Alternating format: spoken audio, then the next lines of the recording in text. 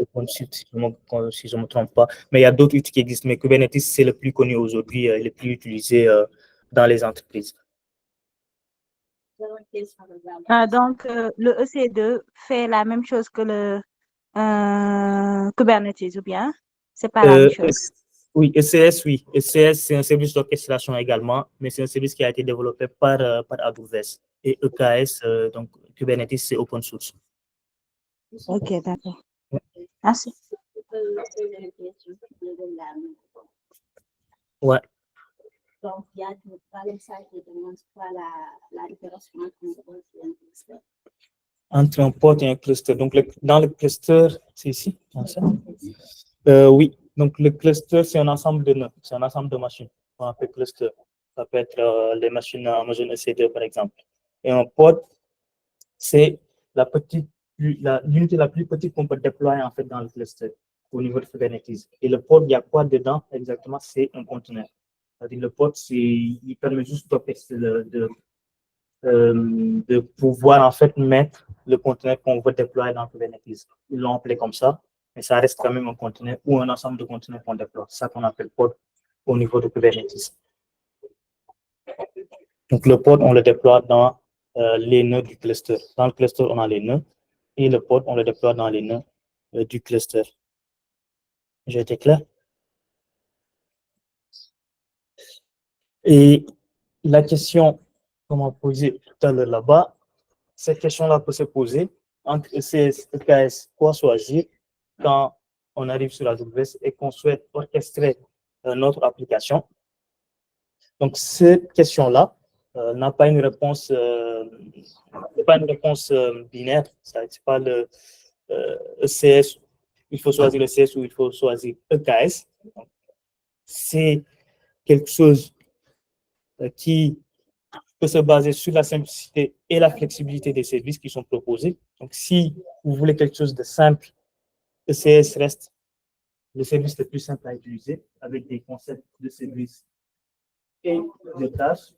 On a un service et dans ce service-là, on a des tasks et les tasks, c'est des conteneurs.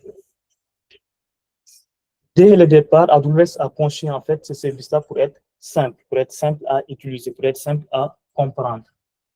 EKS a une communauté dynamique, donc c'est un logiciel open source qui est très utilisé. Il a une recherche d'API open source qu'on peut également qu'on peut utiliser, intégrer d'autres outils dedans. Et il y a également la flexibilité si on veut ajouter des modules, etc. Et tout. Donc Kubernetes reste beaucoup plus flexible que ECS.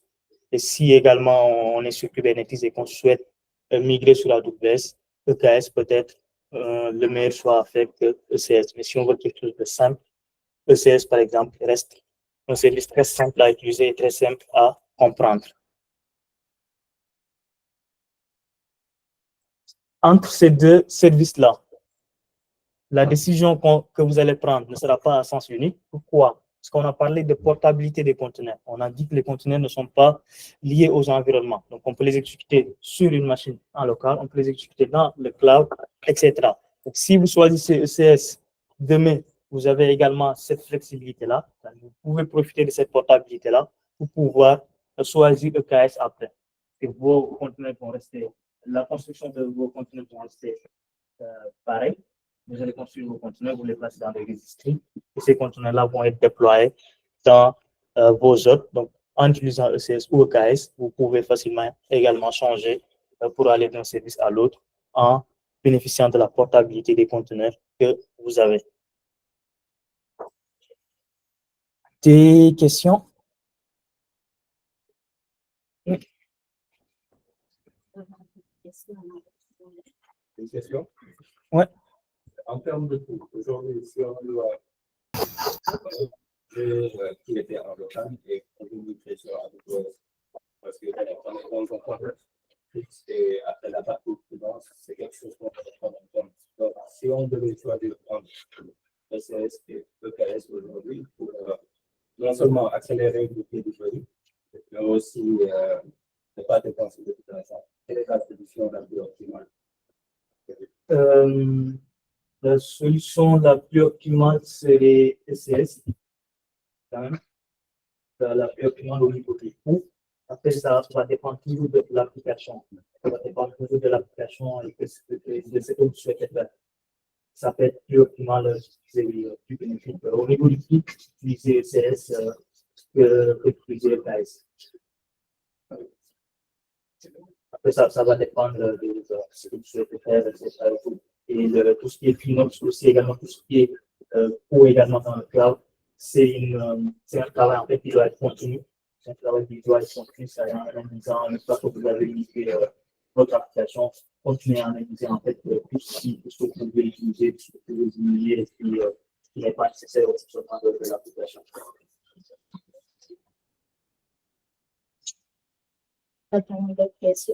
Oui. C'est dans le chat. Question de ça. Après l'installation de Docker, il est forcé d'installer Kubernetes.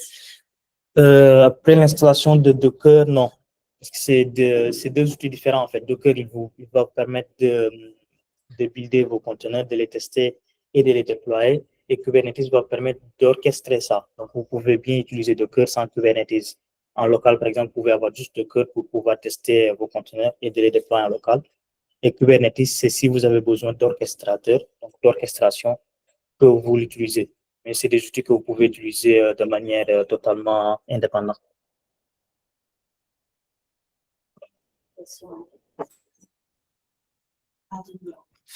Quand on veut déployer notre application avec Kubernetes, on a notre conteneur qui est déjà dans un registre, soit ECR ou Docker Hub. Okay?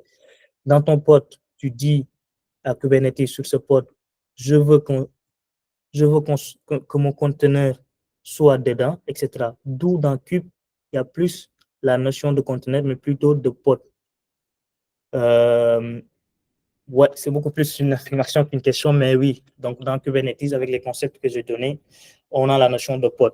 Et c'est dans ce pod-là, en fait, qu'on va placer les conteneurs. Donc, il y a la notion de pod. On ne parle pas de conteneur avec Kubernetes. C'est le pod, et dans le pod, on peut avoir un ou plusieurs conteneurs dedans.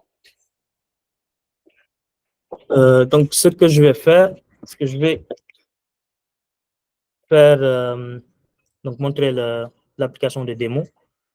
On a cette application-là que j'ai montrée au début. Donc, cette application, je suis où moi? On va faire ça.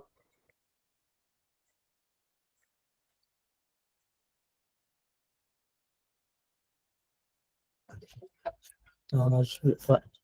Donc, on a cette application-là que j'ai montrée tout à l'heure. Ici, on a une application load balancer. Cette application load balancer va nous rediriger vers notre front-end, notre app UI, et tout ce qui est appel API va être redirigé vers notre backend, donc pour pouvoir créer, modifier ou supprimer des notes. Et cette application-là a été déployée en utilisant ECS, donc Elastic Container Service, dans le cloud, dans mon compte AWS. Donc, si je montre l'application, je dois venir, non, c'est ici. Ça arrive. Donc, ici, on a l'application. On peut supprimer des notes. On peut également créer des notes sur cette application-là. Je vais taper des trucs. On peut créer des notes et on peut également modifier des notes qu'on a au niveau de cette application, au niveau du front-end. Et si on regarde, si on inspecte cette application-là, au niveau du network, on va voir que c'est des appels API qui sont faits avec le slash API ici, qui va diriger l'appel vers notre backend, donc vers notre instance de backend qui est dans ECS. Je vais fermer ça.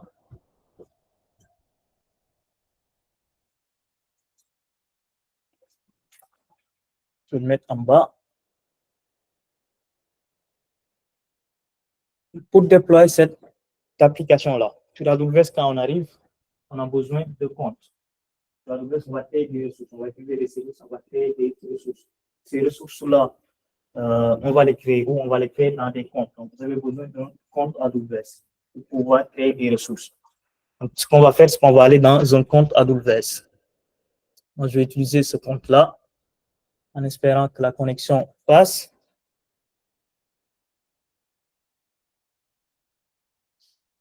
je vais me connecter à mon compte. C'est dans ce compte-là qui va contenir toutes les ressources que je vais créer sur AWS. Les machines virtuelles que je veux, tout ce qui est instance de base de données, etc. C'est dans ce compte-là, c'est dans votre compte AWS que vous allez retrouver ça. Donc ici, on a la console AWS. Pour pouvoir déployer sur AWS, on a besoin d'un réseau. Donc VPC, on va utiliser ce qui s'appelle VPC, Amazon VPC, qui va nous permettre d'isoler nos ressources qu'on va créer. Donc, moi, je vais créer d'abord un VPC. Ce VPC-là, je peux le montrer. Je suis pas dans le VPC.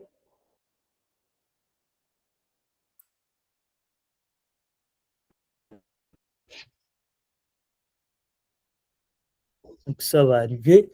Donc, on va créer notre VPC. Ce VPC-là, il y a des modèles qui existent. Il y a beaucoup de modèles qui existent qu'on peut retrouver sur Internet. Donc, moi, je vais choisir ici Démo VPC et je vais aller dans les ressourcements pour vous montrer ça. Je ferme ça. Moi, je crée mon VPC et je veux dire que je vais isoler mes ressources dans ce VPC-là. Donc, c'est un réseau, ce VPC. Dans ce VPC, on peut encore aller plus en détail, c'est-à-dire on peut le diviser en créant des sous-réseaux dans ce VPC. Ce que j'ai fait ici. Moi, j'ai créé 2 sous-réseaux publics et 2 sous-réseaux privés dans ce VPC-là. Donc, dans les sous-réseaux publics, c'est tout ce qui est ressources publiques que vous voulez, que vous allez mettre. Donc, les ressources publiques, c'est les ressources que les clients vont pouvoir avoir accès. Mon application Load Balancer, par exemple, je vais le placer ici parce que les clients doivent pouvoir taper dessus pour pouvoir utiliser le trafic après lui.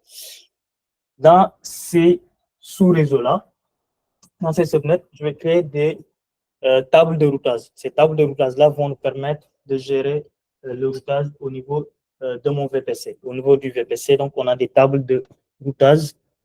Si je me déplace, bon, là, l'affichage, pas trop ça. Si je fais ça, est-ce que ça se place? Non. C'est en bas.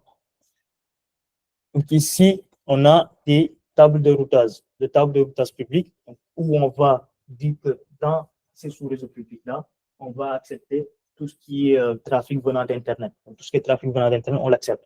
Et dans la table de routage privé, par exemple, on n'accepte pas le trafic venant d'Internet. Donc, on interdit tout le trafic qui vient d'Internet. Le VPC, donc, nous permet d'isoler nos ressources. Ces ressources-là sont isolées, sont privées. Pour pouvoir sortir d'Internet, on a besoin d'une porte. Et au niveau d'AWS, pour avoir cette porte-là, c'est l'Internet Gateway. C'est l'Internet Gateway que vous allez placer au niveau de votre VPC, qui va permettre d'avoir cette porte de sortie-là et cette porte d'entrée au niveau de vos ressources AWS.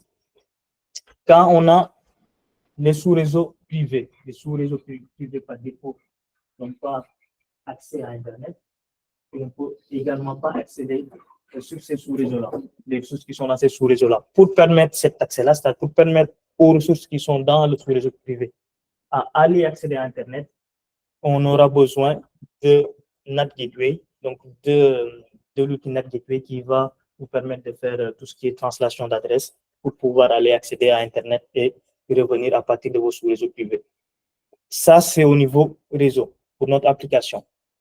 Une fois qu'on a ça, l'application, on a vu qu'elle est composée d'une application load balancer, donc d'un équilibreur de charge. Cette application load balancer-là, je vais le montrer ici. Je vais créer mon application load balancer.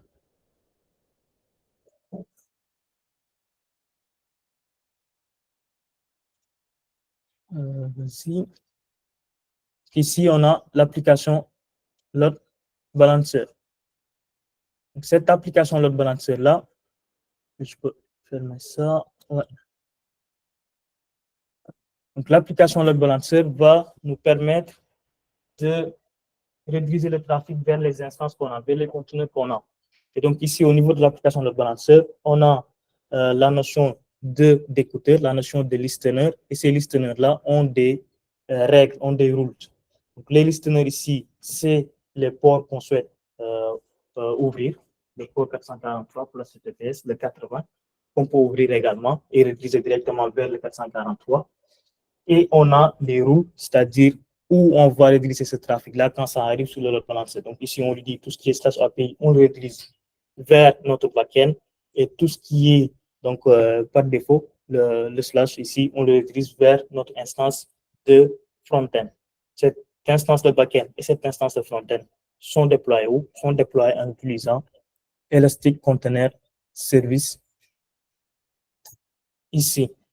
Donc, ce service d'orchestration-là va nous permettre de déployer nos instances front-end et back-end. Avant de déployer les instances, on a besoin de construire les images Docker.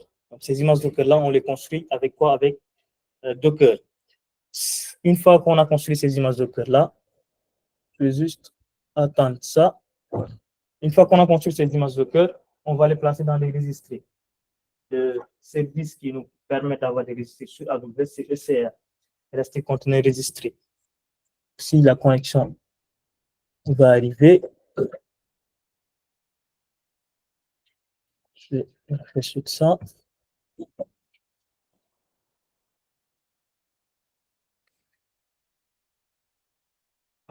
Donc, on a un message d'Aziz Ndiaye qui dit que ça aurait dû être plus complet de créer les ressources avec Terraform.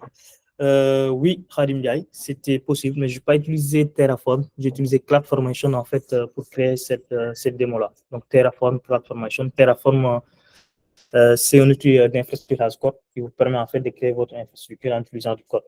Moi, je l'ai fait en utilisant CloudFormation ici, qui est un outil AWS. Donc, ici, on a notre cluster. Donc, sur le ECS. Et dans ce cluster-là, qu'est-ce qu'on fait? On va créer des services. Pour la simplicité de ECS, hein. Quand on arrive, on crée un cluster. Dans ce cluster, on a des services. Et ces services-là, c'est ces services-là, en fait, qu'on va dire. Donc, ici, on a notre service front-end. C'est ce service-là qu'on va dire combien de conteneurs on veut exécuter. Combien de conteneurs on va exécuter pour notre front-end. Ici, c'est 1. Et pour le back-end également, on va dire combien de conteneurs on va exécuter pour notre back-end. Et le service va l'exécuter. Et il va l'exécuter où? Ça, c'est l'infrastructure. Donc, au niveau de l'infrastructure, on a choisi de l'exécuter sur Fargate. Donc, ici, on n'a pas d'instance de machine virtuelle, mais on a choisi Fargate. Donc, on ne fait rien, on choisit juste Fargate. Et AWS va exécuter ça sur des machines qui sont gérées par AWS. Donc, ici, on a nos tasks. Donc, dans chaque service, on a un task. Donc, on a le cluster. Dans le cluster, on a des services. Et dans les services, on a des tâches. Donc, des tasks, c'est les notions en fait qui composent ECS, Elastic Container Service. Pour vous, de la simplicité de comprendre ECS et de pouvoir installer, déployer facilement vos applications. Donc, ici, on a les tasks. Donc, les tâches qu'on a pour le front-end et pour le back-end qui sont en running ici, qui s'exécutent très bien. Et ces applications-là, donc ici, les notes concrètes sont déployées, sont enregistrées, sont sauvegardées dans une base de données non relationnelle. Et pour avoir une base de données non relationnelle, j'ai utilisé DynamoDB. DynamoDB, qu'on voit ici, je vais ouvrir dans un nouveau onglet. Donc, DynamoDB, c'est également un service de base de données non relationnel qu'on peut utiliser en créant des tables. Donc ici, j'ai créé une table pour l'application de note ici. Et c'est dans cette table-là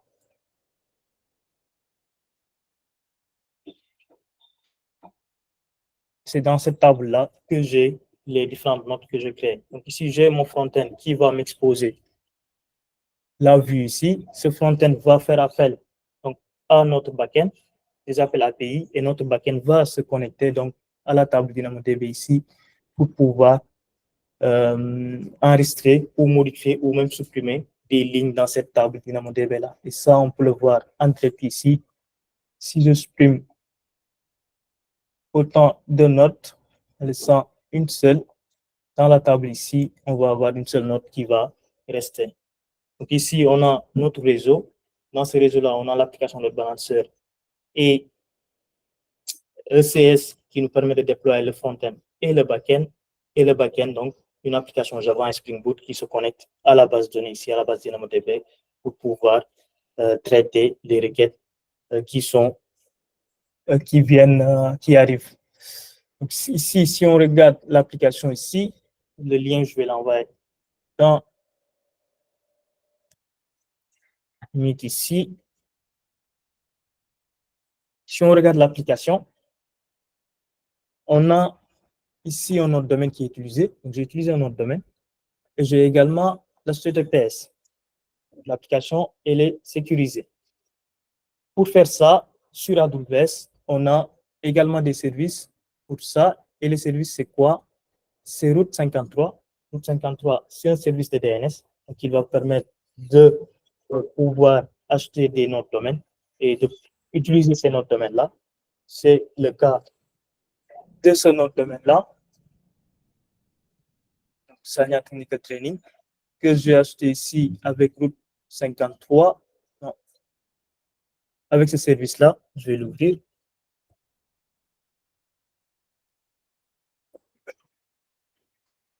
Ici, on a des noms de domaine qu'on veut. Et ces noms de domaine-là, on peut créer après des zones, des hosted zones dans ces noms de domaine-là pour pouvoir mettre tout ce qui est enregistrement en DNS qu'on a au niveau des applications. Donc, tout ce qui est enregistrement DNS, on peut les mettre ici, c'est-à-dire des records. On peut mettre des records pour pouvoir rediriger les utilisateurs vers l'IP de votre application. Donc, ici, on a le Note App ici, par exemple, qu'on a mis et qu'on redirige vers notre load balancer, vers les IP de notre load balancer ici.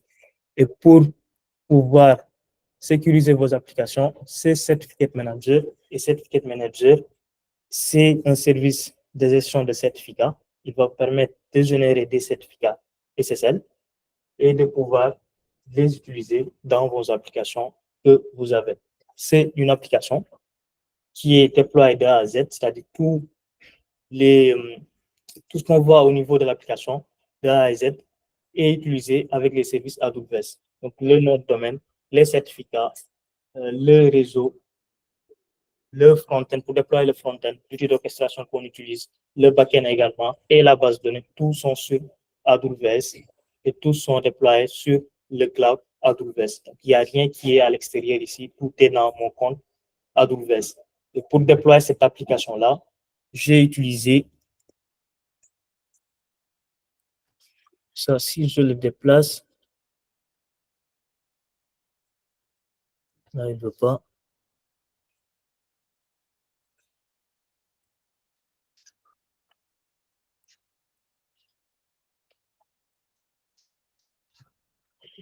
Si ça arrive, là, il ne veut pas.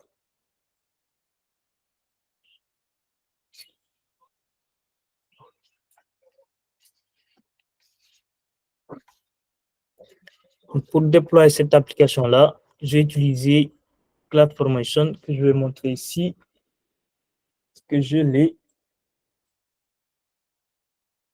CloudFormation, c'est un outil qui va permettre de faire de l'infrastructure as a code. Créer tout ça, toutes ces ressources-là, etc. à la main, peut être très compliqué à faire. Et vous pouvez utiliser des outils.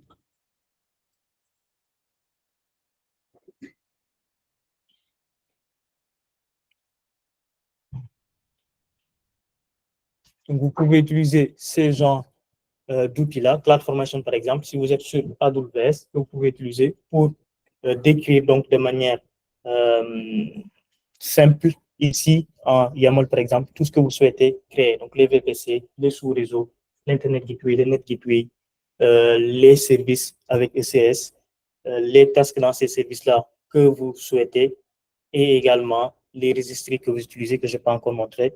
Vous pouvez tous les créer ici et les déployer. Donc, le donner au moteur CloudFormation et lui, il va le déployer de manière automatique dans le cloud AWS. Et vous avez également Terraform qui peut être utilisé, qui est un moteur multi-cloud. C'est-à-dire que vous pouvez l'utiliser avec plusieurs cloud providers. Arim a parlé de ça dans le chat. Mais vous pouvez également utiliser Terraform pour ça. Et pour les services registry, je ne l'ai pas montré. Ce service-là va vous permettre d'enregistrer vos conteneurs, vos immenses conteneurs dans des registries Et ça, on peut le voir ici. On a donc ici deux registres. Notre application backend, notre app et notre application front-end, notre API. Et ici, dans le backend, par exemple, on peut voir les versions qu'on a au niveau de notre application backend ici, les versions qu'on a poussées, qu'on a mis dans ce registre-là. Et ces versions-là, on peut les choisir de les déployer avec ECS, c'est-à-dire de lui dire déploie la version V3 ou V4 que vous avez dans ce registre-là. Les déploiements que je fais, je les fais à la main. Moi, je crée le Docker. L'image Docker, je l'ai créée dans ma machine ici, avec mon Docker build. J'ai poussé cette image-là dans ce registre-là. C'est fait à la main. Mais pour ceux qui font DevOps, on aime bien automatiser. C'est bien possible également d'automatiser tout ça avec des pipelines. Vous pouvez utiliser des pipelines pour pouvoir automatiser tout ça quand le développeur va pousser sur les repositories de code pour pouvoir déclencher le pipeline qui va builder votre image de cœur et va le mettre dans ce registre-là directement et également automatiser la phase de déploiement, c'est-à-dire déployer automatiquement la nouvelle image qui va arriver au niveau de votre application. Donc, ça peut se faire de manière automatique en utilisant également des services AWS qui existent, code pipeline, etc., code build, qu'on aura l'occasion peut-être la prochaine fois de parler pour ceux qui font DevOps ici. Oui. Est-ce que vous devez expliquer l'application de l'autre là? Oui. Ouais. Le load balancer. Je vais venir au niveau des slides. Donc,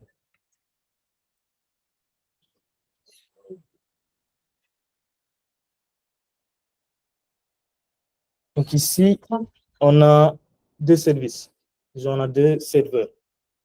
Ces serveurs-là vont avoir des rôles différents. Ici, on a le front-end. Ici, on a le back-end.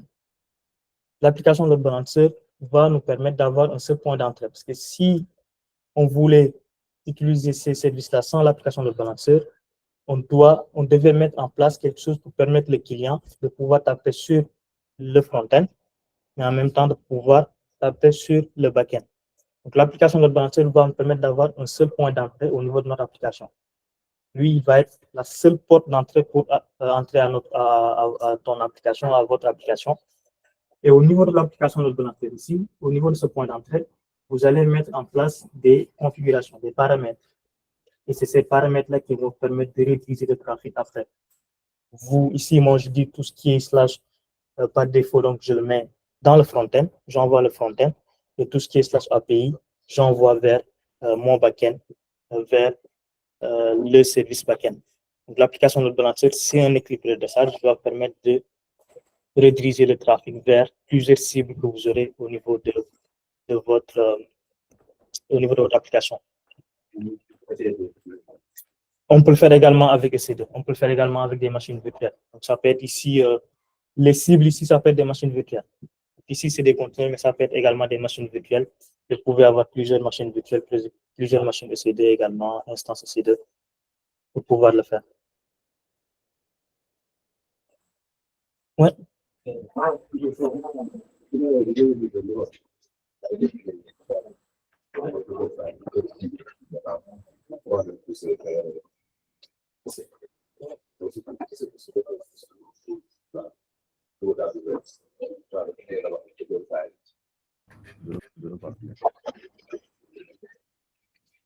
En fait, je disais, donc vous avez tout fait localement. Genre, concernant le pipeline, vous l'avez écrit localement. Vous l'avez buildé localement avant de le pousser vers ECR. Je voudrais savoir, est-ce possible de faire tout ça au niveau d'AWS, d'écrire là-bas le Dockerfile, faire là-bas le build, de laisser sur ECR avant d'utiliser ECS. C'est quel service?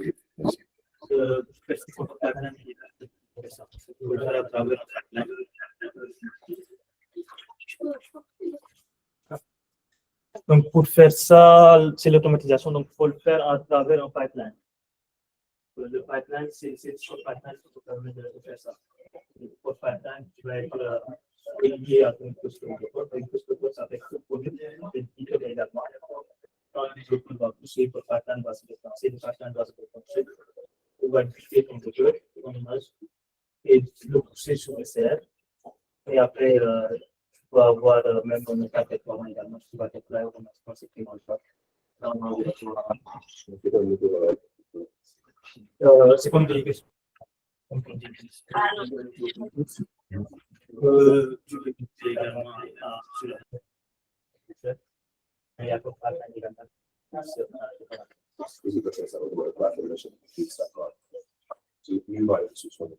au niveau platformation, c'est la création de ressources.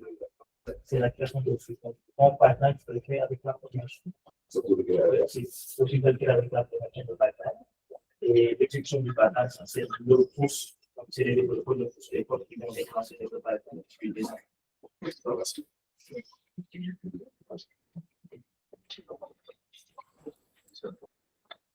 D'autres questions? S'il n'y a pas d'autres questions, on va donner la main à Amadou. En ligne? Non, il n'y a pas de questions. Des questions ici?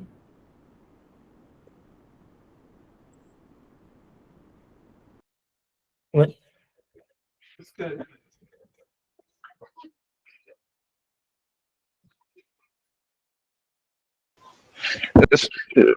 La question est que le nombre de conteneurs, est-ce que ne détermine pas notre choix par rapport à utiliser SCS ou Kubernetes?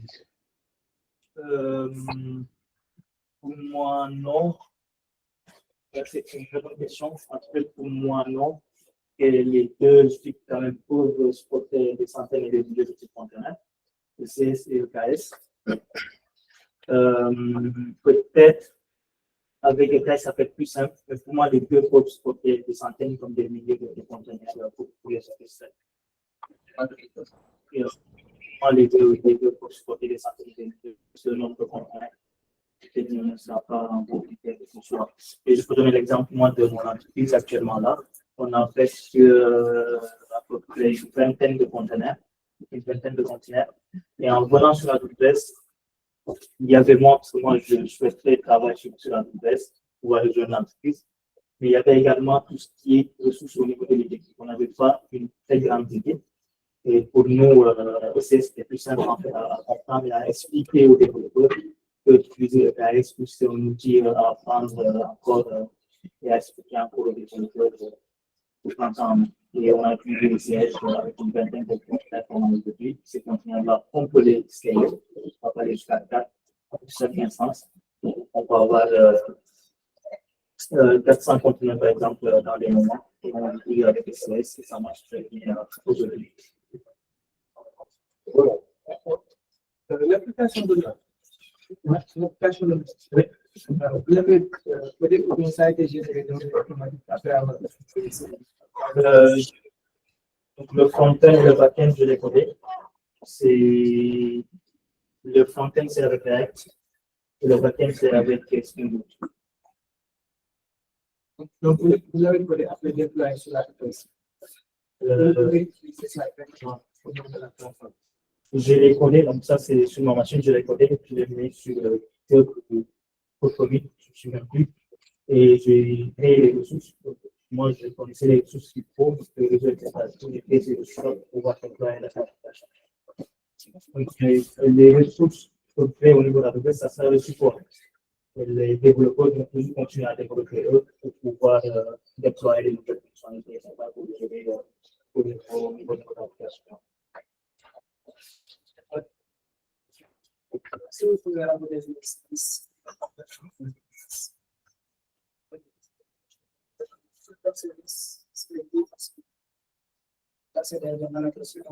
Par exemple,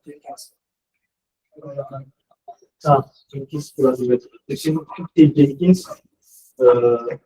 juste avant, Jenkins, vous pouvez le faire également sur la AWS. C'est possible de le faire avec les machines secrètes, d'avoir Jenkins et de gérer vos pipelines. Mais pour avoir un service manager, c'est code pipeline. C'est complet. Il y a code commis, code puis, et code deploy qui nous permet d'avoir des pipelines en fait de déploiement. de pouvoir également tester dans cette test, etc. Sur cette fabrique de pipeline. Allô, s'il vous plaît, on ne vous reçoit pas bien, le micro n'est pas bien. Je ne sais pas, c'est quoi le problème? Désolée, c'est sans pas en présentiel. Oui.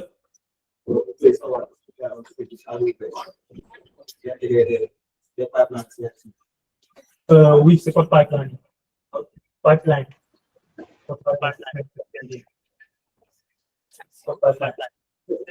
En fait, c'est un cloud provider là, on peut avoir des machines.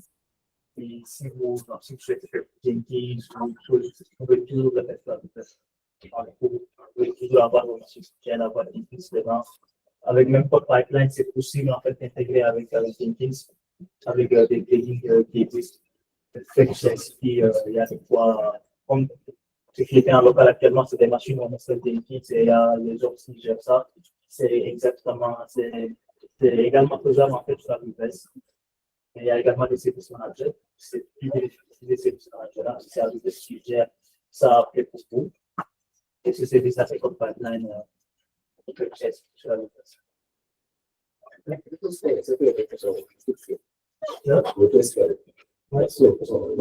Oui, et la configuration doit être faite au niveau de l'application.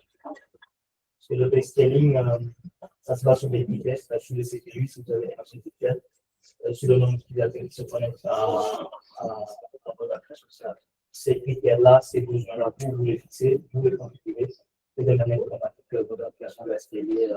Et c'est donc des bénéfices aussi du cloud, de l'élasticité, pour permettre de scaler votre application. Le système, c'est gratuit.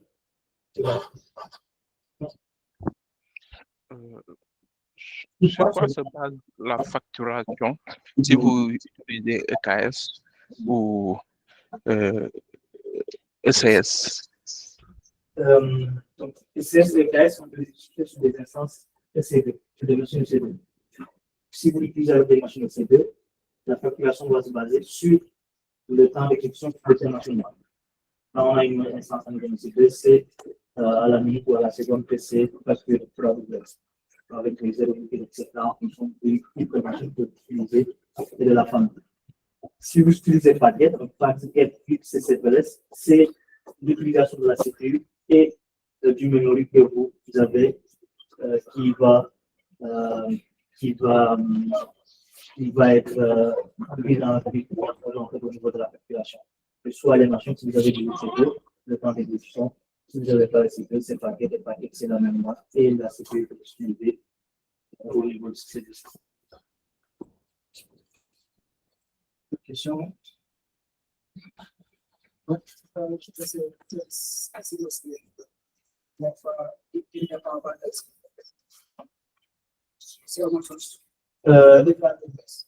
CS, oui, donc c'est deux services indépendants.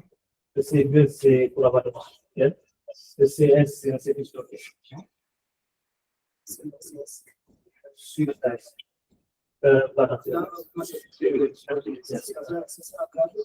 C'est gratuit. C'est gratuit. Donc, le CS, son fonctionnement, c'est basé sur des agents. C'est des agents logiciels en fait qui sont installés. Si vous avez des instances en mode CD, c'est ces gens-là en fait que on doit installer sur ces machines. Mais l'utilisation de CS est gratuite. C'est bon. On fait de tout. Donc, on va introduire. Donc, je passe à l'idée. Donc, ce sera une suite questions-réponses. On fait avec Amadou Médico. Oui.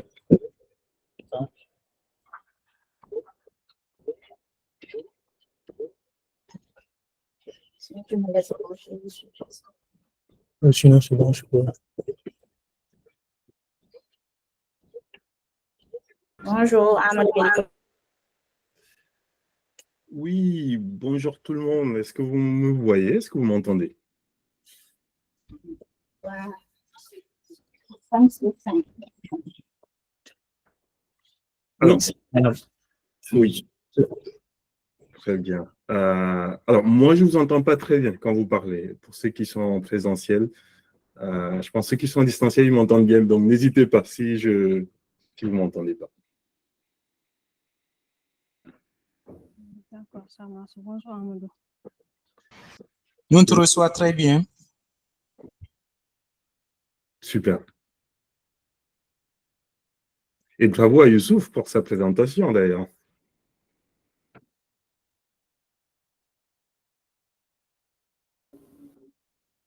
Oui, bonjour, Amadou. Vous avez un petit peu partagé. Oui, je reprends la présentation.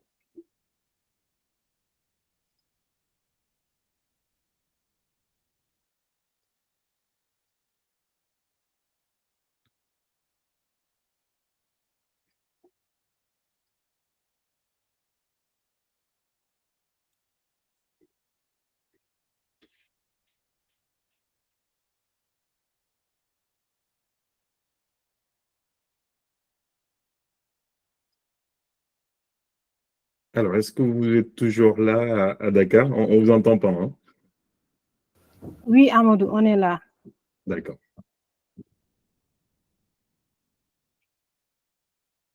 Donc, bonjour tout le monde. Donc, nous sommes avec Amadou Meriko, CEO et fondateur de Le Cloud Facile. Amadou, tu peux te présenter et nous parler un peu de ton parcours? Oui, avec plaisir. Déjà, bonjour tout le monde. Je suis absolument ravi d'être là. Déjà, bravo à Youssouf, hein, pour sa jolie présentation sur les conteneurs. Donc, j'ai appris beaucoup de choses pour le coup et je pense que tout le monde a appris énormément de choses. Donc, merci à Youssouf. Merci également pour l'invitation, hein, à User Group Dakar, Noumbe, Zainabou, Abdoulaye. Voilà, je pense que vous êtes beaucoup dans le User Group à faire pas mal de choses, à organiser ces meet-ups et ça prend beaucoup de temps. Donc, encore une fois, merci à vous pour ce que vous faites. Et merci pour l'invitation. Et souvent, j'ai l'habitude de dire que le User Group Dakar, c'est celui que je préfère. Bon, je ne le dis pas trop fort parce que je pense qu'il y a d'autres User Groups dans le chat, celui de Conakry, par exemple. Donc, je ne veux pas faire de jaloux. Mais pourquoi j'aime bien celui de Dakar? Tout simplement, ça fait, je pense, bientôt 2 ans qu'il a été lancé. Et je me rappelle que c'est parti d'une discussion qu'on avait avec Ousseinou, Ousseinou Bey, qui est à Dubaï. Hein. On se disait, il n'y a pas de communauté d'AWS à Dakar et c'est dommage. Il faut qu'on crée quelque chose. On était en contact avec Arona et c'est parti de là. Et depuis, c'est une belle success story, on peut le dire, avec des centaines, voire des milliers de personnes dans la communauté, des super meet-ups, des super speakers. Et donc, tout ça pour expliquer, en fait, pourquoi je suis là et pourquoi je vais d'ailleurs me présenter. Donc, je m'appelle Amadou Meriko. Effectivement, je suis un passionné de cloud. Je suis le fondateur de lecloudfacile.com. Et en termes d'expérience et de parcours, au-delà de participer à pas mal de communautés en Afrique, j'ai à peu près 17 ans d'expérience dans l'informatique, dont 6 ans chez AWS en tant qu'architecte et manager de solution architect pour le coup. Donc, un solution architect, c'est vraiment un architecte chez AWS qui va accompagner des clients et des entreprises à utiliser les services AWS de la meilleure façon possible. Et parfois, AWS, ça peut être un peu compliqué à utiliser, hein, plus de 200 services. Là, Youssouf parlait de conteneurs. Déjà, il y avait 4-5 solutions pour orchestrer des conteneurs. Donc, on peut s'y perdre un petit peu. Et donc, les architectes, c'est un peu comme Youssouf. Ils vont discuter avec les clients et ils vont leur dire, faites plutôt de l'EKS, faites de l'ECS avec du Fargate ou de l'EC2 pour que ces clients, ces entreprises utilisent AWS de la meilleure façon possible. Donc voilà, mon parcours, il part du Sénégal, où j'ai fait le petit année, il passe par la France, où j'ai fait mes études, j'ai travaillé dans pas mal d'entreprises, et ça me ramène aujourd'hui ici, où je parle beaucoup de cloud. Peut-être qu'on est déjà connecté sur LinkedIn d'ailleurs, et on parle de cloud à travers lecloudfacile.com. Bon, on va en reparler tout à l'heure, j'imagine Noumbe. Mais voilà, je suis un passionné de cloud, on va dire, et je suis passionné par tout ce qui est EdTech et puis tout ce qui est technologie en Afrique. Oui, n'hésitez pas à poser vos questions dans le chat, hein, c'est interactif. Wow. Quel brillant parcours, Amadou. Merci beaucoup. C'est gentil. Maintenant, dis-nous, qu'est-ce qui t'a motivé à fonder le cloudfacile.com et qu'est-ce que l'entreprise propose? Oui, très bonne question. Alors, si vous ne connaissez pas le cloudfacile.com, ça va être l'opportunité. Déjà, je veux commencer par remercier tous ceux qui œuvrent à faire le succès de lecloudfacile.com. Donc, je parle déjà des coachs et des équipes qui sont là. Je vois Abdelkarim, Soleiman, il y en a beaucoup en fait, hein, donc, qui s'occupent de la plateforme, qui coachent les gens. Donc, coacher, c'est beaucoup d'efforts. Donc, vraiment, on a des coachs passionnés. Donc, merci à l'équipe pour ça. Merci à la communauté de cloudfacile.com également pour ça. Donc, je reconnais des gens dans le chat, je sais qu'ils sont dans la communauté. Et on a une communauté super active. On a plus de 500 personnes sur WhatsApp. Et la communauté WhatsApp, elle a été créée, ça fait même pas 2 mois. Et c'est la communauté qui fait vivre le cloudfacile.com. Et merci aussi aux user group tels que User Group Dakar, Conakry, avec qui on est partenaire. Et pourquoi je remercie? Parce que je pense qu'un projet tel que le cloudfacile.com, c'est pas quelque chose qu'on peut porter tout seul. Et heureusement, on n'est pas tout seul. On est vraiment une équipe, une communauté avec des partenaires. Et le cloudfacile.com, en fait, c'est une EdTech. C'est une EdTech dans le sens où c'est une entreprise, en fait, hein, qui a pour mission de démocratiser l'apprentissage du cloud et des nouvelles technologies. Et donc, ça, je pense, c'est important de partir de là. Pourquoi on souhaite démocratiser l'apprentissage du cloud et des nouvelles technologies? Donc, ça peut être les DevOps, ça peut être autre chose. C'est tout simplement que ça part d'un constat où on se rend compte qu'il y a plein de nouvelles technologies qui bouleversent le monde, qui bouleversent l'écosystème numérique. Et il y a encore pas mal de challenges, en fait, hein, notamment au Sénégal, moi je suis sénégalais, ou dans d'autres pays d'Afrique, pour accéder à ces nouvelles technologies. Ne serait-ce que savoir que ça existe. Donc, moi, quand j'étais architecte, j'avais beaucoup de gens qui me contactaient sur LinkedIn, donc des jeunes très passionnés, par exemple au Sénégal, au Mali, en Guinée, en me disant « Ouais, mais je veux démarrer sur AWS, mais je ne sais pas par où démarrer. C'est compliqué, il y a plein de services, plein de certifications. Comment je fais ?» Et à force de passer du temps à répondre à ces questions, à leur donner des conseils, et parfois c'était vraiment des réponses très rapides, mais je me suis rendu compte qu'il y avait beaucoup de gens qui voulaient démarrer, mais ils ne savaient pas par où démarrer. Et donc, c'est pour ça qu'on a décidé de lancer le cloudfacile.com. Déjà, pour évangéliser. Donc, évangéliser, en fait, ça veut dire quoi? Ça veut tout simplement dire partager la connaissance. Faire en sorte que les professionnels ou les apprenants, où qu'ils soient, en fait, puissent savoir c'est quoi le cloud, c'est quoi le DevOps, c'est quoi la Gen AI, c'est quoi les nouvelles technologies, et que cette connaissance, elle soit apportée. Et donc, pour cela, on a lancé pas mal d'initiatives, on pourra en reparler tout à l'heure, Noumbé, hein, où on partage et on fait venir les meilleurs speakers, les meilleurs experts, en fait, dans leur domaine, pour qu'ils partagent, par exemple, lors des dimanches du cloud, pour que les gens sachent que ça existe. Donc ça, c'est la première partie, c'est l'évangélisation. Mais une fois qu'on fait ça, en fait, hein, et je pense qu'on le fait plutôt bien avec toute l'équipe et toute la communauté, les gens, ils veulent se former. Pourquoi ils veulent se former? Parce que, ça les intéresse. Ils veulent se former sur le cloud, ils veulent se lancer sur le DevOps, parce qu'aujourd'hui, il y a pas mal de demandes dans cet écosystème. Comment ils vont faire pour se former? Et donc ça, c'est vraiment le deuxième pilier de lecloudfacile.com, c'est comment on peut mettre à disposition des formations, de l'accompagnement, une plateforme e-learning pour que n'importe qui, où qu'il soit en Afrique ou dans le monde, puisse se former. Aujourd'hui, au quotidien, c'est ce qu'on fait. Par exemple, demain, on va lancer 3 ou 4 cohortes d'accompagnement sur du Kubernetes, du DevOps, du cloud practitioner et sa associée, par exemple. Et l'idée, c'est vraiment de simplifier l'accès à cette connaissance, de permettre aux gens de se former pour que demain, effectivement, ils soient peut-être les futurs Bill Gates ou les futurs Elon Musk, ou alors que parmi vous, il y ait des gens qui se forment et qui créent les futures licornes de demain. Pourquoi pas? Moi, j'aimerais bien que la prochaine licorne ou le prochain Facebook, Meta ou Amazon, il soit sénégalais ou guinéen ou ivoirien, ou peu importe. J'oublie des pays, hein, je pense que vous en avez, il y a beaucoup de pays ici. Mais c'est vraiment ça la mission et le cœur de lecloudfacile.com, et c'est pour ça qu'on a lancé lecloudfacile.com.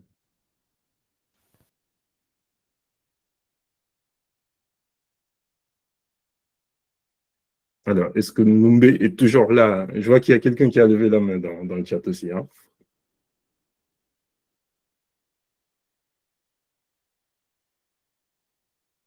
Oui.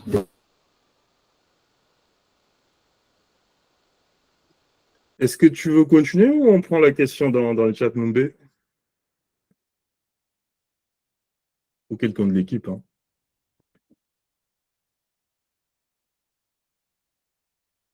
Ah, peut-être qu'on a perdu Noumbé pour le coup. N'hésitez pas à poser vos questions dans le chat. Hein. Je serai ravi de répondre le temps que peut-être Noumbé se reconnecte à l'audio.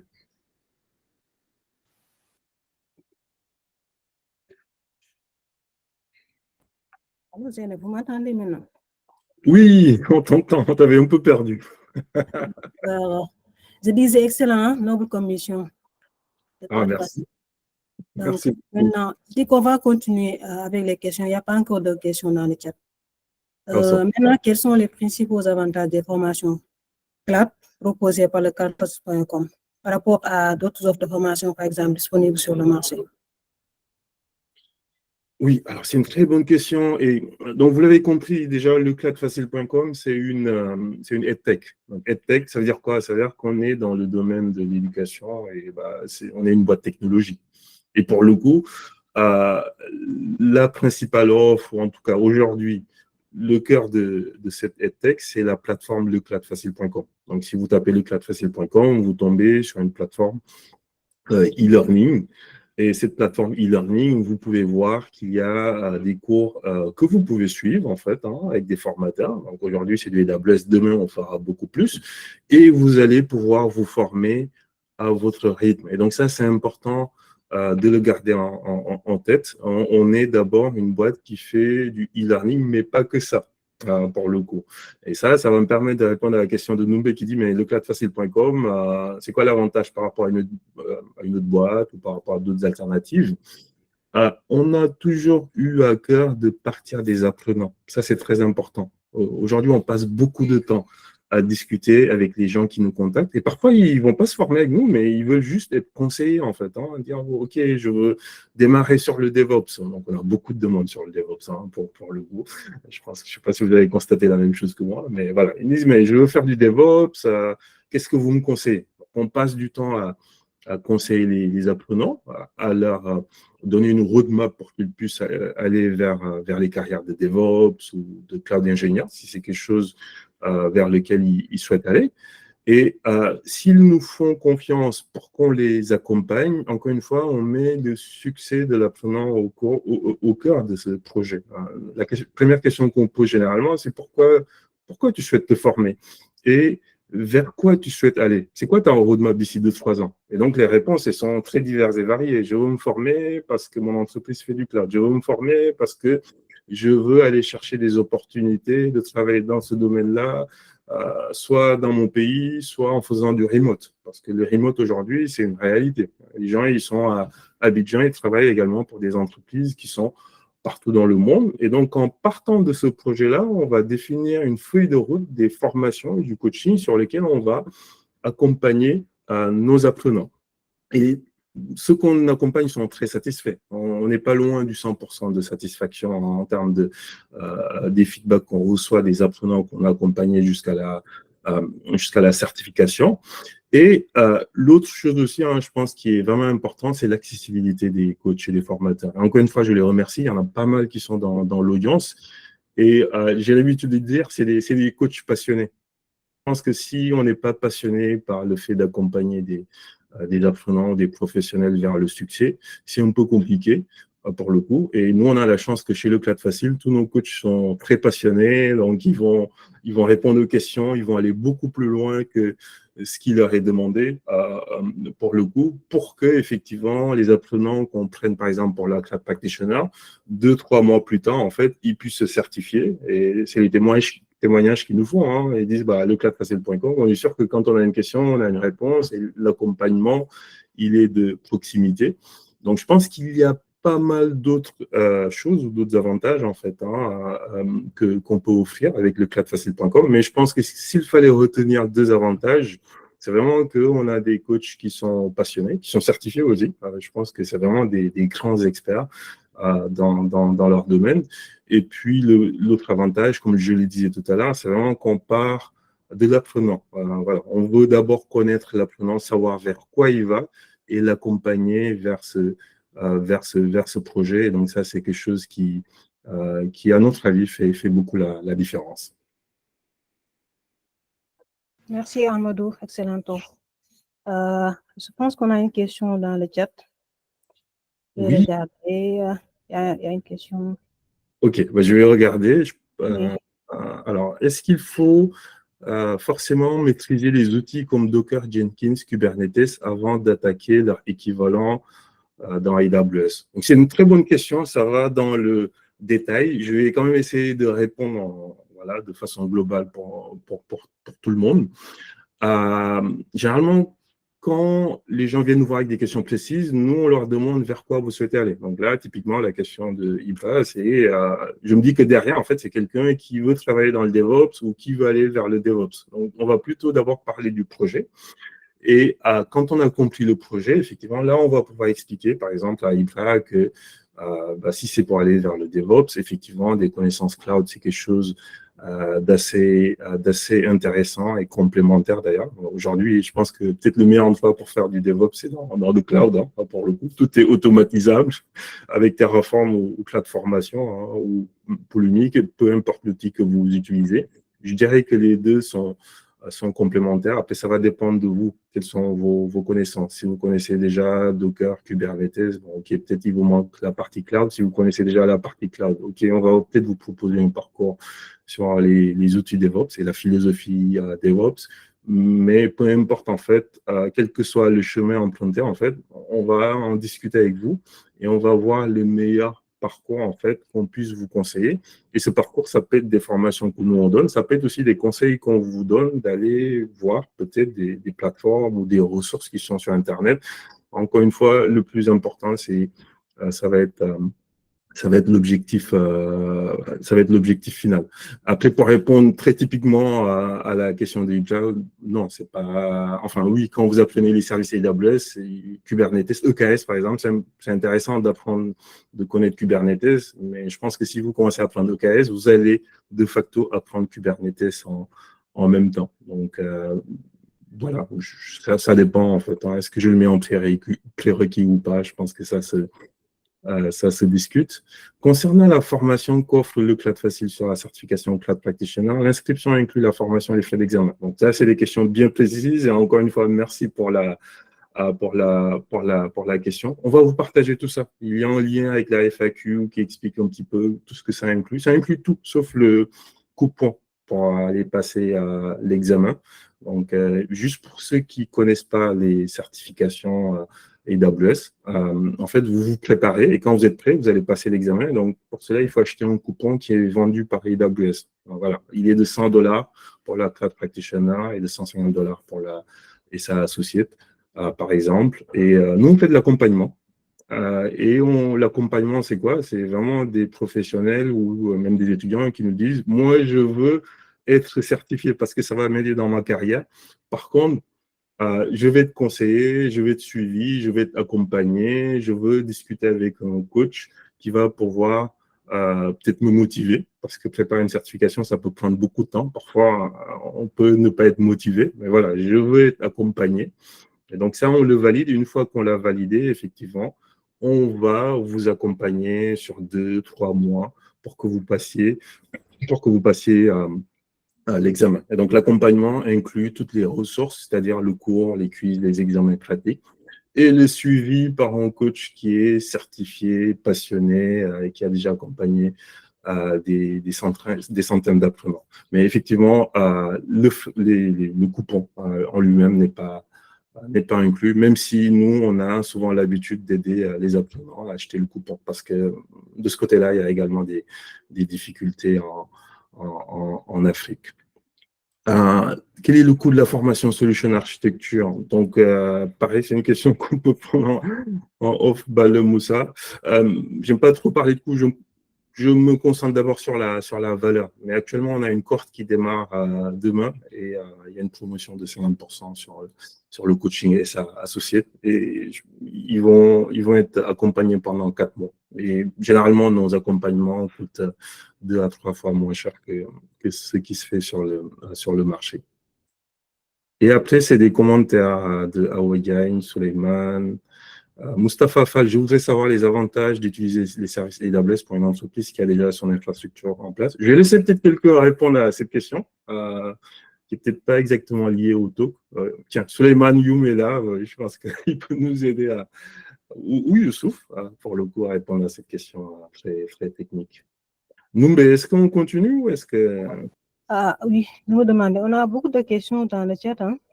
Super. On va continuer avec les questions dans le chat ou bien les questions. On peut continuer, puis on va lire encore les questions. Donc, ça va rejoindre les questions d'ailleurs. Donc, maintenant, on veut savoir sur quel sujet spécifique vous accompagnez les jeunes dans leur formation. Oui, et alors, pas que les jeunes d'ailleurs, on accompagne beaucoup les jeunes, on adore les jeunes, on accompagne aussi beaucoup de professionnels. Aujourd'hui, on a pas mal de professionnels qui viennent nous voir. Et pourquoi les professionnels aussi viennent nous voir? C'est que un professionnel qui travaille, qui veut se certifier, mais il n'a pas le temps, en fait. Hein. La semaine, il travaille, le soir, il est peut-être fatigué, il a sa famille, le week-end, il veut se reposer. Et souvent, il veut quand même se certifier. Et c'est pour ça qu'ils viennent nous voir en termes d'accompagnement, parce qu'on a des coachs qui sont certifiés, qui vont les motiver et qui vont les aider à aller droit au but et de disposer de toutes les ressources dont ils ont besoin. Et historiquement, en fait, quand on a lancé le Cloud Facile, on faisait des formations sur le cloud. Donc, on était vraiment focus cloud, même AWS. Hein, quand je dis cloud, donc je peux même dire c'est AWS. On a commencé par AWS, on faisait des formations AWS, du coaching AWS. Et on s'est rendu compte d'une chose, c'est que plus d'une personne sur 2 qui s'inscrivait, pour qu'on l'accompagne vers la certification Cloud Practitioner ou pour qu'on l'accompagne pour qu'il se forme sur le Cloud AWS, en fait, plus d'une personne sur 2, son projet, c'était d'aller vers le DevOps. Donc, je ne sais pas si vous partagez ces statistiques, mais on s'est rendu compte qu'il y avait énormément de demandes de nos apprenants par rapport au DevOps. Et nos apprenants nous disaient, on est super content de l'accompagnement que vous nous avez apporté sur la partie Cloud Practitioner. Maintenant, on souhaite que vous nous accompagniez sur la partie DevOps. Et à l'époque, on disait, bon, on ne fait pas. À un moment donné, on a dit, si c'est ce qui apporte de la valeur à nos apprenants, on va commencer à le faire. Et donc, on était très ravis depuis plusieurs mois d'ailleurs, hein, de lancer des parcours sur la partie DevOps. On a commencé la partie Kubernetes. Quand on parle de DevOps, il y a plusieurs pierres angulaires, on va dire. Kubernetes en fait partie. Et ça tombe bien parce que Youssouf a parlé un peu de containerisation tout à l'heure. Et donc, du coup, on a commencé à faire des parcours Kubernetes. Et encore une fois, je vois des apprenants qui sont dans le chat qui vont commencer la cohorte de demain avec un super coach d'ailleurs qui est plein de fois certifié sur Kubernetes. Et l'objectif de cette formation Kubernetes, c'est qu'elle soit en complément de la formation DevOps qui va démarrer dès le mois de juin. Donc, une première formation DevOps Essentials. On va aborder les concepts, les outils DevOps, il y en a beaucoup hein, pour le coup. Mais c'est important d'abord de comprendre pourquoi DevOps, c'est quoi la philosophie, effectivement, d'aborder les outils dans chacun des domaines qui constituent le DevOps. Et d'ici Q3, Q4, donc 3e trimestre, 4e trimestre 2024, on va faire un parcours encore plus long sur la partie DevOps. Et donc là, ça va vraiment être orienté pour les professionnels qui ont peut-être plusieurs années d'expérience, 10-15 ans. Donc, ils ont fait, par exemple, on a des apprenants, ils ont fait du Java pendant 10-15 ans. Maintenant, ils ne veulent plus faire de Java. Voilà, ils ne veulent plus coder. Et ils veulent aller vers du DevOps, en freelance, pour le coup. Et donc, ça, c'est de la reconversion. C'est vraiment des profils pour lesquels on doit les accompagner pour qu'à la fin de l'accompagnement, ils puissent commencer à travailler dans le DevOps. Donc, voilà, chercher des entreprises, des missions, en fait, hein, pour travailler dans ce domaine-là. Et donc, ce parcours dont je parle, qui va être beaucoup plus long, donc on est sur une base de 50 à 60 heures. Hein, pour le coup, ce n'est pas encore finalisé. On n'a pas encore tous les détails. Ça va être de permettre à ce type d'apprenants, de profil, d'avoir tous les outils, les connaissance, en tout cas d'être équipés pour être opérationnels chez des clients sur des missions qu'ils vont pouvoir trouver à la fin de ce parcours. Et donc, pour répondre à la question de Numbe, oui, on fait du cloud, oui, maintenant on fait du DevOps, et demain, on va faire d'autres plateformes, d'autres solutions. Parce que typiquement, l'objectif de lecloudfacile.com, c'est de démocratiser l'apprentissage du cloud et des nouvelles technologies. Donc, dans le cloud, il y a AWS, il y a d'autres fournisseurs cloud, et il y a plein d'autres technologies, que ce soit le DevOps, Generative AI, ou d'autres technologies, en fait, que nos apprenants vont nous dire que ça va les aider si on les aide à se former dessus. Parfait, Amadou, parfait. Maintenant, compte tenu de votre mission et de vos offres, quels sont vos objectifs à court et long terme? Oui, alors c'est une très bonne question. On a pas mal d'objectifs. Et souvent avec l'équipe, on se regarde, on discute, on dit, mais en fait, on n'a même pas fait 1% de ce qu'on souhaite faire, de ce qu'on a en tête, en fait. Hein. Et on est déjà très satisfait de ce qu'on a fait. Donc, ce que j'ai dit tout à l'heure, on a une très belle communauté, on a des super partenaires tels que AWS User Group Dakar, Conakry, Bamako, Abidjan.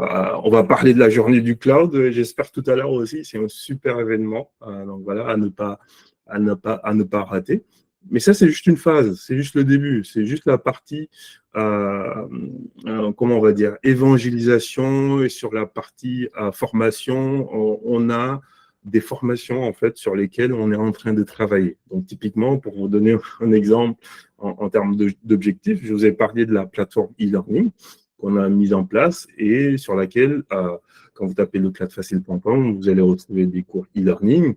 Et d'ailleurs, c'est également la plateforme sur laquelle on s'appuie quand on fait l'accompagnement. C'est-à-dire que toutes les personnes qu'on accompagne, les apprenants, ils vont avoir accès à cette plateforme e-learning de lecloudfacile.com.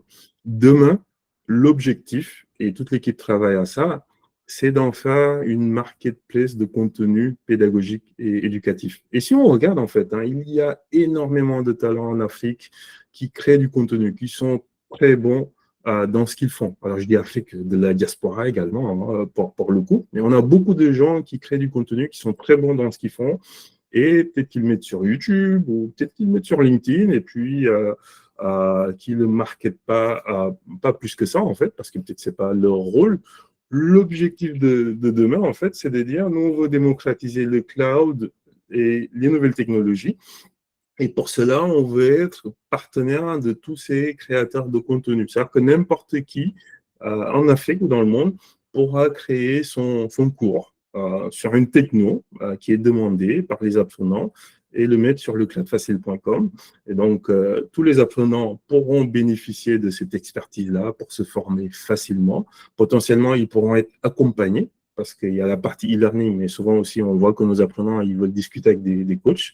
Donc, on pourra proposer cette partie accompagnement-là également pour que les gens puissent se former et se certifier. Donc, un de nos objectifs, c'est de continuer à développer cette marketplace de contenu pédagogique sur lecloudfacile.com. Un autre objectif, c'est aujourd'hui, on aide les gens à se former, à se certifier. Mais pourquoi les gens se forment et se certifient? C'est pour travailler dans ce domaine. Et on sait qu'aujourd'hui, le cloud, on est au démarrage, on est aux prémices en fait en Afrique. Afrique anglophone, ils sont plus en avance que nous, mais Afrique francophone, bon voilà, on démarre, mais c'est déjà très intéressant ce qui se passe aujourd'hui. On voit qu'il se passe énormément de choses, et donc les gens veulent se former au cloud et au DevOps tout simplement parce qu'ils veulent travailler dans ce domaine-là. Et donc aujourd'hui, on les aide à se former, à se certifier. Demain, on va aller beaucoup plus loin. On veut les aider à trouver un emploi dans ces domaines-là. Et c'est quelque chose qu'on a d'ailleurs commencé, en fait, si vous allez sur lecloudfacile.com, on a eu des entreprises qui nous ont contactés en nous disant, vous avez une audience, on veut publier une offre d'emploi sur votre plateforme. Et on l'a fait d'ailleurs pour une entreprise au Mali, donc qui cherchait des ingénieurs cloud. Et on les a publiés, on a fait les job postings sur notre plateforme et il y a eu énormément de candidatures. Tout ça pour dire qu'il y a de la demande, en fait, sur cette partie-là. Et demain, l'objectif de lecloudfacile.com, c'est de faciliter pas seulement la montée en compétences de nos apprenants, mais de les aider également ensuite à trouver des opportunités d'emploi, peut-être dans les domaines qui vont correspondre à la formation qu'ils ont suivie avec lecloudfacile.com. très prometteur tout ça, Amadou. Merci beaucoup. Avec sûrement beaucoup de défis en vue. Donc là, nous allons passer la main à Armel. Il a une question sur nous. Ok, vraiment, je dois d'abord dire vraiment merci. Moi, c'est Armel, je suis du côté de l'Allemagne et ça ne fait pas, disons, quelques semaines que je suis entré dans le club Fatih. Donc, chapeau, chapeau, chapeau, chapeau, chapeau. Disons, je faisais dans l'automatisation, pour ceux qui sont dans le domaine de l'énergie, c'est-à-dire la distribution de l'énergie, pour une très grande structure en Allemagne, et j'ai décidé de m'intéresser avec le cloud. Donc, je suis dans un centre de formation, et quand on est dans un centre de formation, ça ne suffit pas. Il faut aller à côté aussi pour pouvoir prendre des idées, pour pouvoir aussi voir ce que d'autres font pour se réformer. Donc, ce qui fait que quand je suis tombé sur ce que Amidou faire, vraiment, je ne sais pas, les mots me manquent. Donc, vraiment, j'étais très content de savoir qu'il y a des Africains qui peuvent se réunir autour d'un plateau, autour d'une table et discuter. Parce que vraiment, que je ne vous trompe pas, je pense qu'on a assez cru qu'en Afrique, on ne fait rien. Mais quand j'ai vu ça, j'ai dit que non, on fait quelque chose en Afrique. Donc, vraiment, je te donne vraiment du chapeau et encore vraiment mes félicitations et beaucoup, beaucoup de courage parce que c'est un projet et quand on fait un projet, on doit être accompagné. Donc, j'attire l'attention de tous nos frères qui sont là, de l'accompagner parce que c'est notre bébé. Nous devons montrer au monde entier que voilà, non, on peut aussi. Parce que franchement, parfois, je ne sais pas si j'ai honte que quand je vais chez le client, on doute peut-être de ton savoir. C'est quand, après, on voit que tout est allé très bien qu'on dit, mais tiens, donc, ce n'est pas seulement quelqu'un à la peau noire, mais c'est quelqu'un qui pourrait faire quelque chose plus fort que ça. Donc, ce qui fait que vraiment, franchement, quand j'ai vu ça, j'étais très content. Donc, sinon, je suis là. Je suis en train d'apprendre aussi beaucoup de ce que vous publiez dans le groupe. Et je dis bravo, bravo. Et l'autre jour, je pense, c'était hier, il y a eu une collaboratrice, elle a eu un petit problème parce qu'elle devait créer un EC2 et elle a eu certaines difficultés. Comme je connaissais un peu, j'ai dit, OK, voilà, je vais essayer de te donner un coup de main. Donc, j'étais vraiment très content. Donc, si on peut vraiment se soutenir parce que le savoir, parfois, on connaît, mais on a peur.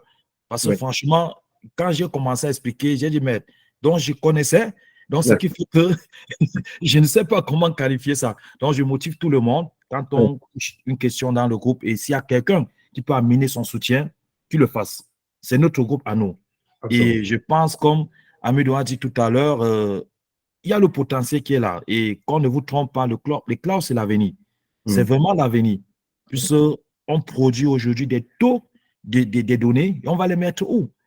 C'est énorme. C'est énorme. Donc, je pense que c'est un marché que si on se prépare bien, on ne doit pas louper ça. Et la technologie, malheureusement, aujourd'hui, ça va tellement si vite qu'on doit courir. Donc, vraiment, je dis encore vraiment chapeau, chapeau et beaucoup de courage. C'est ce que j'allais dire. Alors, ce n'était pas une question, mais c'était une contribution d'Armel. Non, c'était une contribution parce que j'ai écrit les messages plusieurs fois. Je sais que tu es occupé. Malheureusement, je n'ai pas eu de réponse. C'est pour ça que quand j'ai eu cette occasion vraiment d'entrer dans le groupe, j'ai dit non, c'est super, que ça me suffit. Avec plaisir. Et désolé si je n'ai pas répondu. Effectivement, beaucoup de choses à faire, mais on est content que déjà, merci. Mille merci. Hein. Je pense que tu as vu des cœurs de gens qui travaillent aussi. Non, j'ai vu. Alors, disons, si j'avais même une question à poser, est-ce que je peux avoir une idée combien coûtent les différentes formations? Parce que j'ai vu une formation en Kubernetes et j'ai envoyé la demande, mais je n'ai pas encore reçu. Je ne sais pas si ce sont des groupes de formation indépendants ou bien c'est toi qui les gères. Alors, moi, j'essaie d'orchestrer tout ça avec mes 10 petits doigts, hein, pour le coup, mais il y a une équipe, il y a des coachs aussi qui animent les sessions Kubernetes. On a des gens qui sont très certifiés, beaucoup plus experts que moi sur la partie Kubernetes.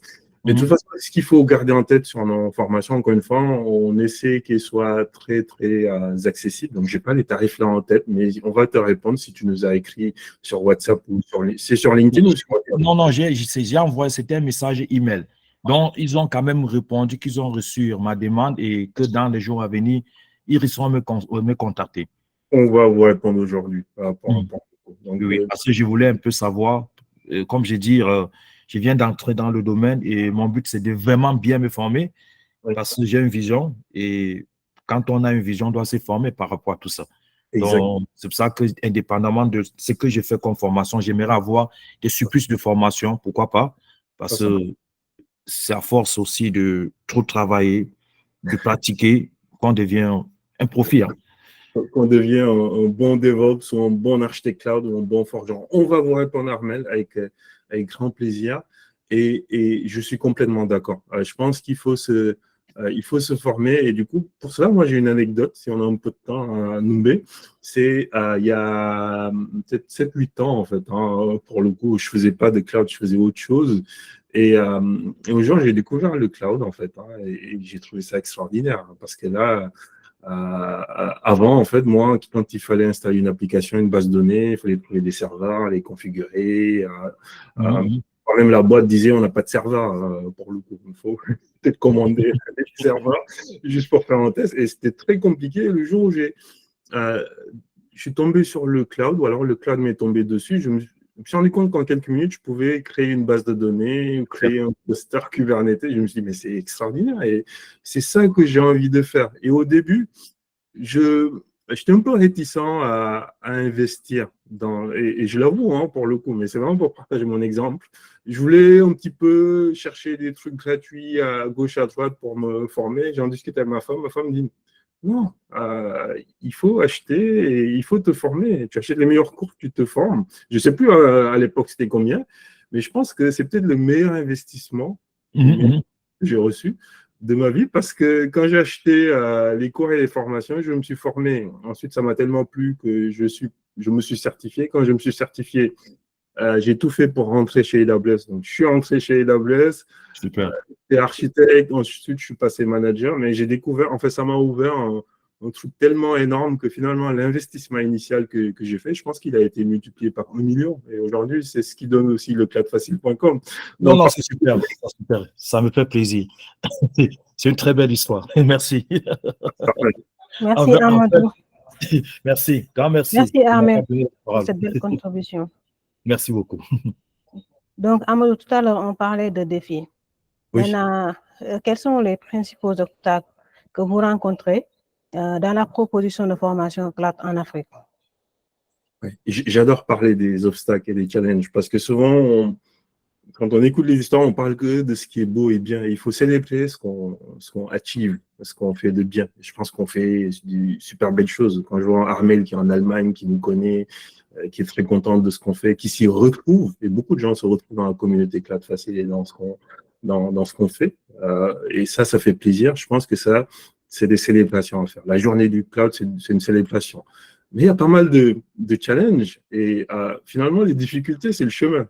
Le problème, c'est pas les difficultés. Non, il faut discuter des difficultés, des challenges, il faut en parler, il faut savoir que ça existe et surtout, il faut passer du temps là-dessus pour les comprendre et voir comment on peut inventer pour nos apprenants, pour que ça soit plus simple pour nos apprenants. Donc, en termes d'obstacles et des challenges, on en a pas mal. Déjà, je commencerai par parler des challenges pour nos apprenants, parce que c'est ça le plus important, en fait, hein, pour nous, c'est nos apprenants et notre communauté.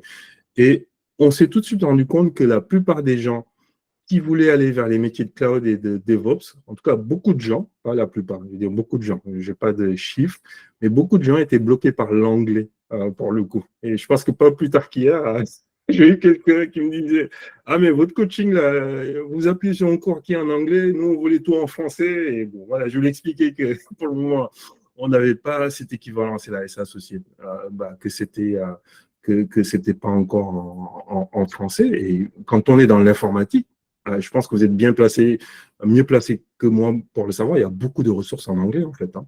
Et en français, parfois, vous allez, il n'y a pas grand-chose. Ou alors, ce qui existe en français, ce n'est pas de qualité. Et donc, du coup, si on n'est pas à l'aise en anglais, ce que je peux comprendre, parce que on a déjà, en tant qu'Africain, 3-4 langues à maîtriser. En plus, il faut rajouter l'anglais. C'est un peu plus dur de monter en compétence, de se certifier. Et donc, ça, c'est une réalité sur laquelle on travaille. Ça va prendre beaucoup de temps. On l'a déjà fait sur la partie Cloud Practitioner. Donc, au début, on s'appuie sur des cours en anglais qui existaient parce qu'il fallait commencer par quelque chose. On a itéré, on a créé un cours Cloud Practitioner en français et nos apprenants sont très contents de ce cours qui est disponible en e-learning. Demain, on va faire la même chose sur d'autres cours. Mais en attendant, les gens ont besoin de se former.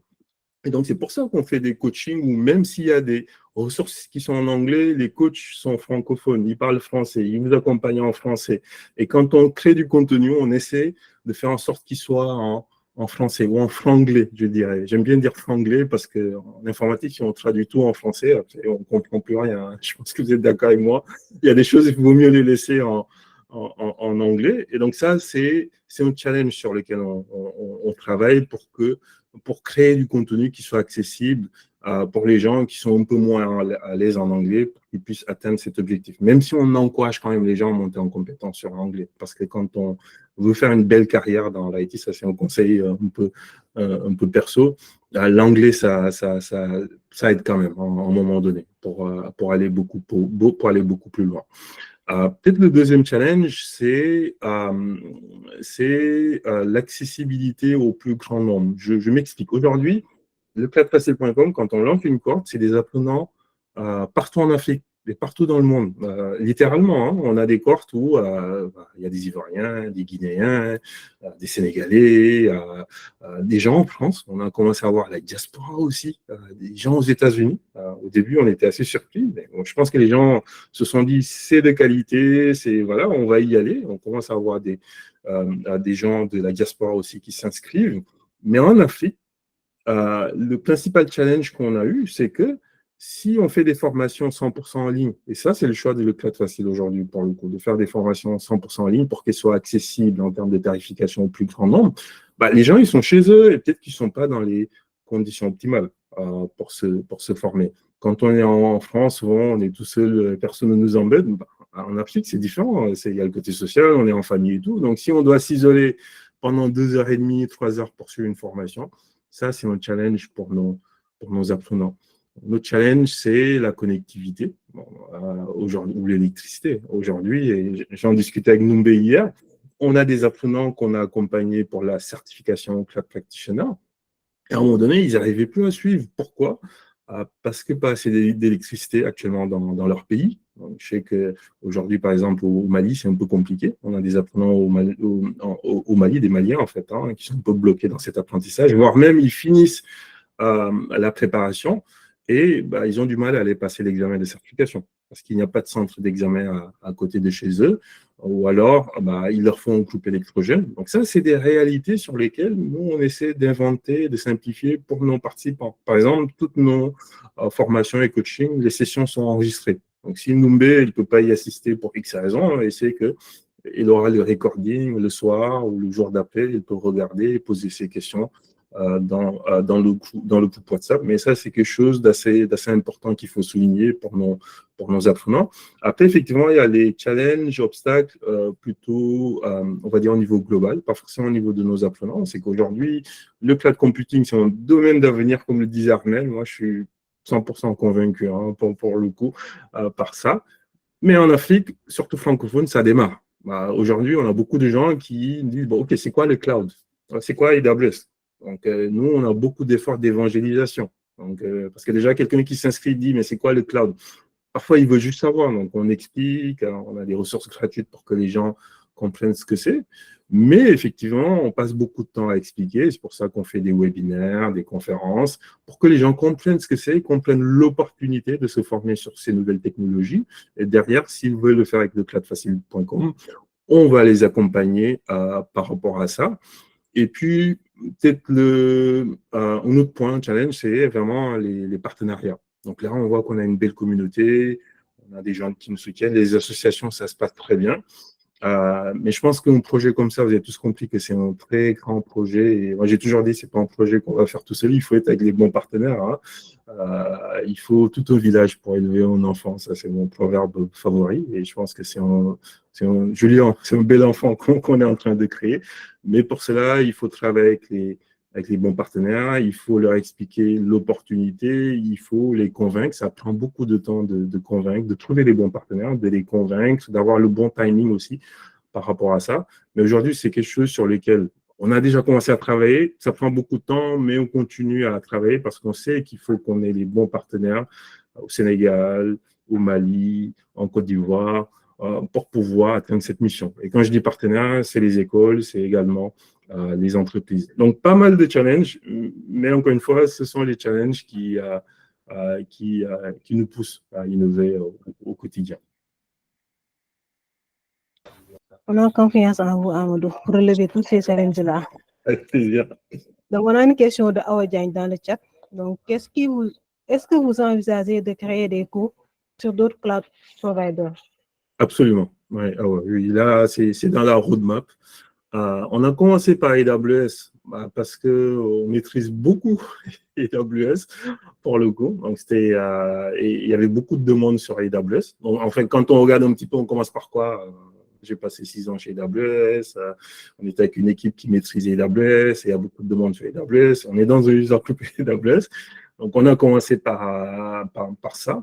Mais ce qu'on s'est toujours dit, c'est qu'on va être attentif au feedback de nos apprenants. Et de la même façon que nos apprenants nous ont dit, on veut que vous nous accompagniez sur la partie Kubernetes et DevOps, on a des apprenants qui nous disent, on veut que vous nous accompagniez sur d'autres fournisseurs cloud. Et donc, c'est quelque chose qu'on a commencé à regarder. Et bien entendu, c'est dans la roadmap.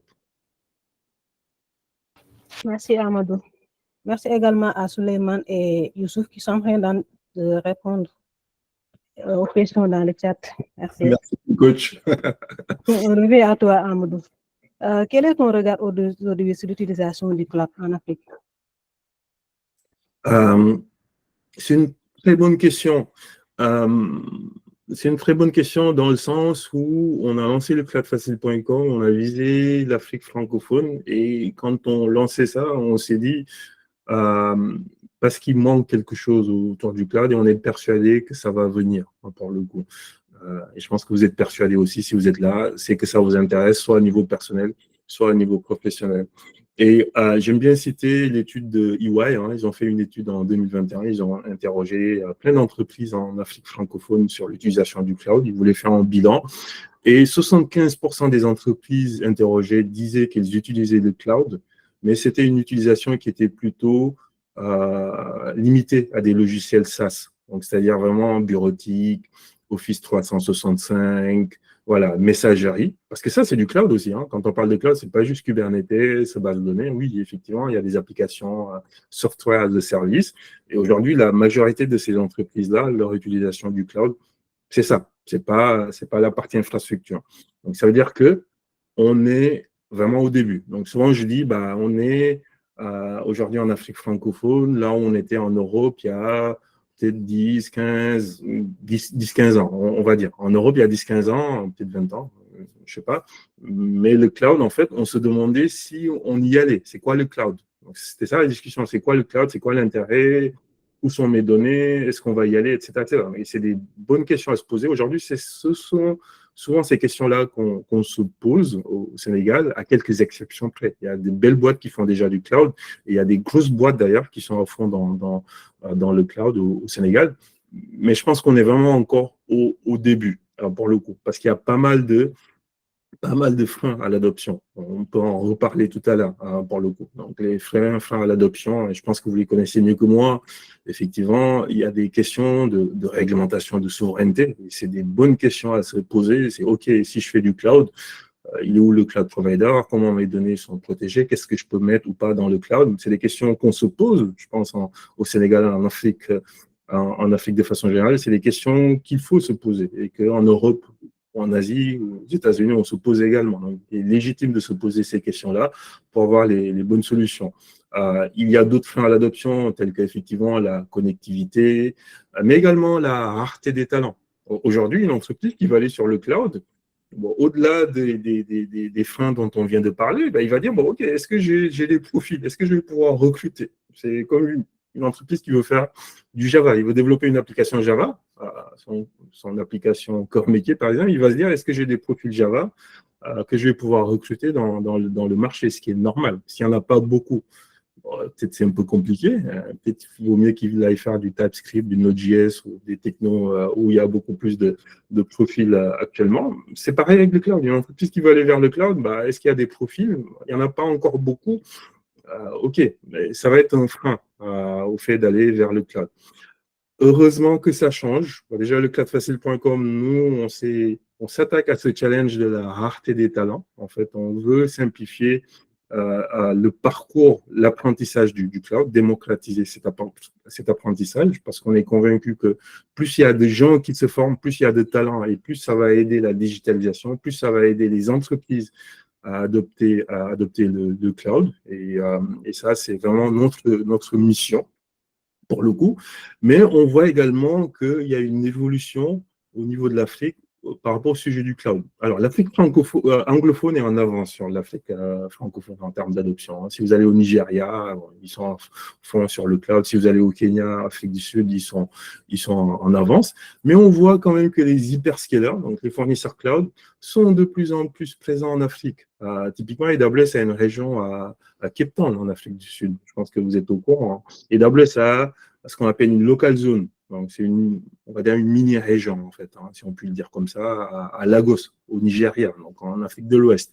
GCP a une région en Afrique du Sud, Microsoft Azure a des data centers en Afrique du Sud, Oracle est également présent à Johannesburg, ils ont annoncé également une présence à Nairobi. Donc, on voit que les hyperscalers sont de plus en plus présents en Afrique. Et je pense que ça, c'est des signaux en plus des programmes qu'ils développent, tels que les AWS Restart. Je pense que certains d'entre vous l'ont suivi à Dakar, par exemple. Google qui ouvre des centres de développement, AWS qui fait la même chose. Donc, je pense qu'il y a un mouvement vers une adoption croissante du cloud, pour le coup, donc une adoption qui est déjà là, en fait, dans les pays anglophones, et une adoption qu'on pense qui va s'accélérer, en fait, dans les pays francophones. Et nous, on a envie de contribuer à ça de façon très modeste, mais de façon également très ambitieuse chez le cloudfacile.com. Encore merci, Amadou, le meilleur pour la fin. Hein? Parlez-nous de la journée du cloud. Oh là là, la journée du cloud. Donc, j'espère que une vous journée êtes... très attendue, hein? Oui, on l'attend avec impatience. Donc, j'espère que vous êtes tous déjà inscrits. Donc, si vous n'êtes pas inscrits, on va partager le lien de l'inscription. Je suis en train de le chercher hein, pour le coup. Je vais le mettre dans le chat et je vais expliquer ce qu'est la journée du cloud. Donc là, j'ai partagé 2 liens. Le premier lien, c'est vraiment la page pour s'inscrire. Si vous n'êtes pas inscrit, vraiment en sortant de Soto, c'est la première chose à faire. Allez vous inscrire. Et à la deuxième page, c'est la page LinkedIn. Si vous êtes sur LinkedIn, ça permet de savoir ce qu'est la journée du cloud. Donc, la journée du cloud, c'est quoi? C'est une webconférence. C'est la plus grande conférence en ligne dédiée au cloud. L'année dernière, on disait en Afrique de l'Ouest. Maintenant, on peut dire en Afrique. C'est quelque chose qu'on a démarré l'année dernière. On s'est dit, on veut une journée avec des conférences, des sessions comme celles que vous êtes en train de voir, mais toute la journée, du matin au soir. Et on veut que ça soit gratuit pour tout le monde. Où que vous soyez, on veut que ça soit gratuit pour vous. Il y a juste à s'inscrire et vous allez écouter les meilleurs speakers des plus grandes boîtes qui vont venir parler des technologies. Et donc là, on est vraiment multi-cloud, multi-techno. L'année dernière, on a eu une 30aine de sessions.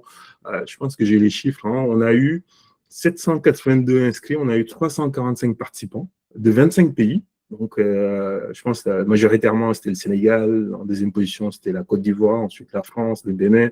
Voilà, ils étaient de tous les pays. Il y avait 26 sessions, 29 speakers, des speakers de chez AWS, de chez Microsoft, de chez Datadog. On a eu les user groups qui étaient partenaires, dont User Group Dakar également. Et on a eu un C7 qui était énorme. Un C7, c'est Customer Satisfaction. Donc, c'est comme ça qu'on mesure, en fait, est-ce que ceux qui ont assisté à la journée du cloud étaient satisfaits? Et ceux qui ont assisté l'année dernière, ils étaient très satisfaits. On a eu un CSAT de 4,6 sur 5. Donc, si on multiplie par 4 pour avoir une note sur 20, ça fait à peu près une note de 18,4 sur 20. Donc, de ceux qui ont répondu. Quand on leur a demandé, est-ce que vous étiez content? Donc, voilà, ils étaient très, très contents. Et ça a tellement bien marché que cette année, en fait, on fait la seconde édition. Ça va être le samedi 29 juin. Donc, retenez la date. On va avoir des speakers des plus grandes entreprises. Je pense qu'on a à peu près 25 sessions, des speakers de chez AWS, de chez Datadog, de chez Microsoft. On va avoir des speakers qui vont parler de GCP, de la sécurité. Vraiment un agenda qui est, en tout cas, moi, je trouve qu'on a, l'équipe a bien travaillé, on a un bel agenda. On a des associations qui sont partenaires, donc pas mal de user groups qui sont partenaires. On est en train de travailler pour avoir des sponsors aussi. On croise les doigts. On travaille avec des grandes boîtes pour qu'ils soient sponsors de l'entreprise. Et la nouveauté, et ça c'est vraiment important, c'est qu'on va passer en modèle hybride. L'année dernière, c'était 100% en ligne. Cette année, on veut avoir des hubs de diffusion. Et pourquoi j'en parle? Parce que un des hubs de diffusion qu'on vise, ça va être Dakar. Et ça va être AWS User Group Dakar qui va organiser le hub de diffusion. Donc, le hub de diffusion, c'est quoi? C'est que tout simplement, effectivement, dans certaines capitales en Afrique, les gens pourront se rendre dans un lieu qui est à définir. On est vraiment encore en train de travailler sur ça. On va donner les détails quand c'est confirmé. Mais ils pourront se rendre dans ces lieux-là pour suivre les sessions de la journée du cloud. Donc, non pas tout seul chez eux, mais avec d'autres personnes, d'autres passionnés comme eux. Et ça va durer toute la journée. Et moi, j'ai vraiment hâte d'y être. Numbé, je ne sais pas toi. Nous sommes tous hâte d'y être. Hein? Voilà. Numbé, est-ce que tu es inscrite? J'imagine que oui. Oui. Super. Déjà inscrite. Hein? Donc, c'était tout, hein, Amadou. On t'a bombardé de questions. Avec plaisir. Merci Ouais. pour les réponses précises. Avec, Donc, là, nous allons clôturer la session, mais bien avant, on a des cours cloud opérationnels offerts par Amadou, par le cloudfacile.com. Donc, 10 cours et aussi 5 crédits AWS. Donc, on va procéder à un tirage au sort. On a déjà fourni à ceux qui sont dans la salle des feuilles pour mettre leur nom et prénom. Et ceux qui sont en ligne pour nous contacter, moi ou Zainab, via LinkedIn. Donc, on aura aussi 5 cours cloud opérationnels à leur offrir. Sans plus tarder, on va passer au tirage au sort.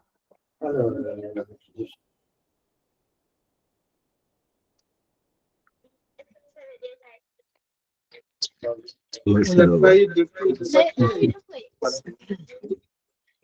non, on n'a pas eu de on ne prend. Il n'y a pas encore de t-shirt. Martha, tu peux? Ouais. Seulement vegan. Martha, tu peux bloquer ton micro, s'il te plaît? La Z.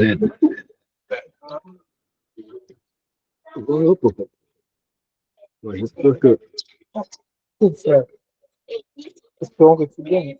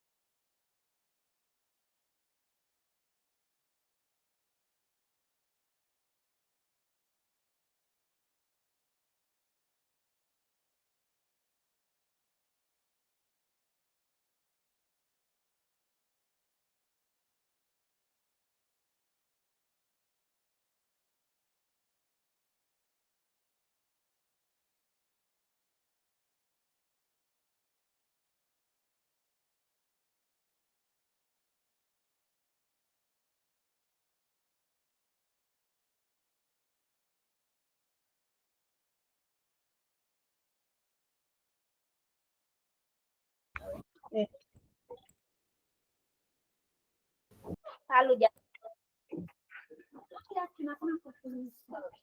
Je pensais que j'allais changer. On va choisir 5 plus 15. Malik Diop. Ah. Malik a gagné un coupon de $25. Utiliser son compte AMS.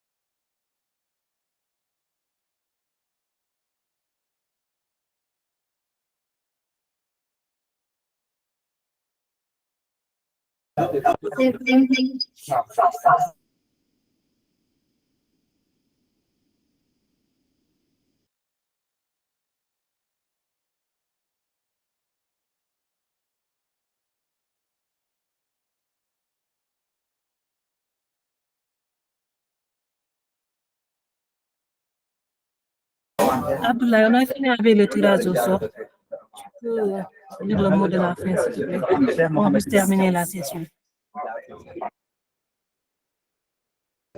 Donc, Souleymane, j'ai reçu ton message sur LinkedIn, donc on t'offre un cours préparation.